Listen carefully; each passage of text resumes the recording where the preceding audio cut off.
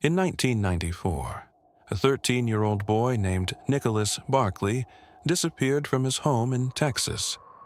There were no witnesses, no body, no explanation. For 3 years, his family lived in uncertainty. Then, in 1997, the phone rang. Authorities told them Nicholas had been found, alive, in Spain. They said he had been kidnapped, abused, held against his will. The family was shocked, relieved, overwhelmed. They flew across the ocean to bring their son home. But when they finally saw him, something felt wrong. He looked different. He sounded different. And yet, they took him back anyway. The person who stepped into that house in Texas had already mastered the art of becoming someone else. He didn't rely on perfect resemblance. He relied on something far more powerful: emotion.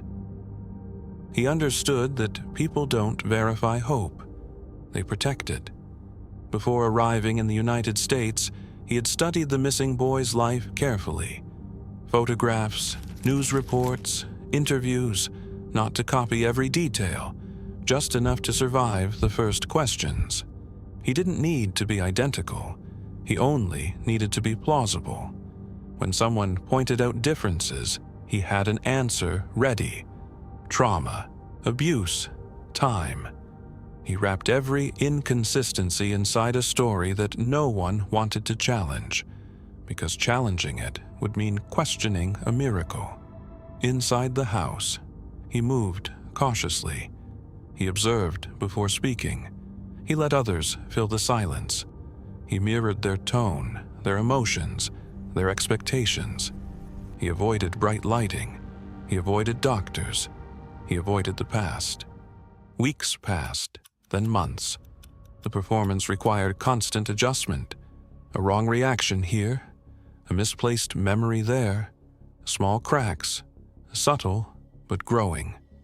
Eventually, investigators stopped listening to the story and started examining the facts. Records were requested. Biometrics were compared. And when objective evidence replaced emotion, the illusion collapsed. The person living in that bedroom was not the missing teenager.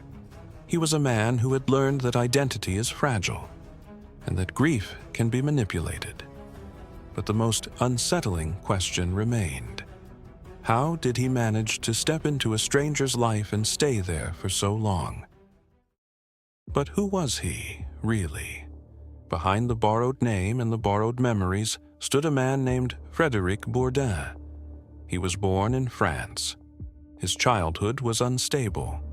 He moved between institutions, temporary homes, and systems that never fully claimed him. From an early age, he learned how to adapt in order to survive, how to observe people closely, how to imitate their tone, their posture, their emotional reactions. Identity, for him, was never fixed. It was flexible, replaceable. For most people, identity is something inherited. For him, it was something constructed. By the time he arrived in Texas, this was not his first transformation.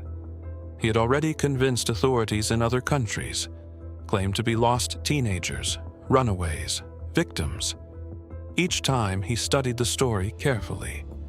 Each time he stepped into someone else's absence, not because he looked identical, but because he understood something deeper. People don't just want answers, they want relief. And relief can overpower doubt, especially when doubt feels cruel. When the truth finally surfaced, the case became international news. News channels replayed the story repeatedly. Panels of experts debated how it was possible. Some blamed the family, others blamed the authorities, but very few stopped to examine why the deception had worked so well, because the answer was not in him, but in the people who chose to believe. Not only because of the deception, but because of what it revealed about belief, authority, and human vulnerability. History has seen similar cases. Individuals who inserted themselves into missing person investigations, charities, even disaster zones. Each time, the same mechanism repeated. Frédéric Bourdin was arrested, charged, convicted. But even after the legal case closed, the psychological question remained open. How far can someone go if they fully understand what others are desperate to hear? And how many truths are accepted simply because they feel better than reality? Cases like this are rare, but the psychology behind them is not. We believe what comforts us. We trust what reassures us. And sometimes the lie survives, not because it is convincing, but because it is comforting.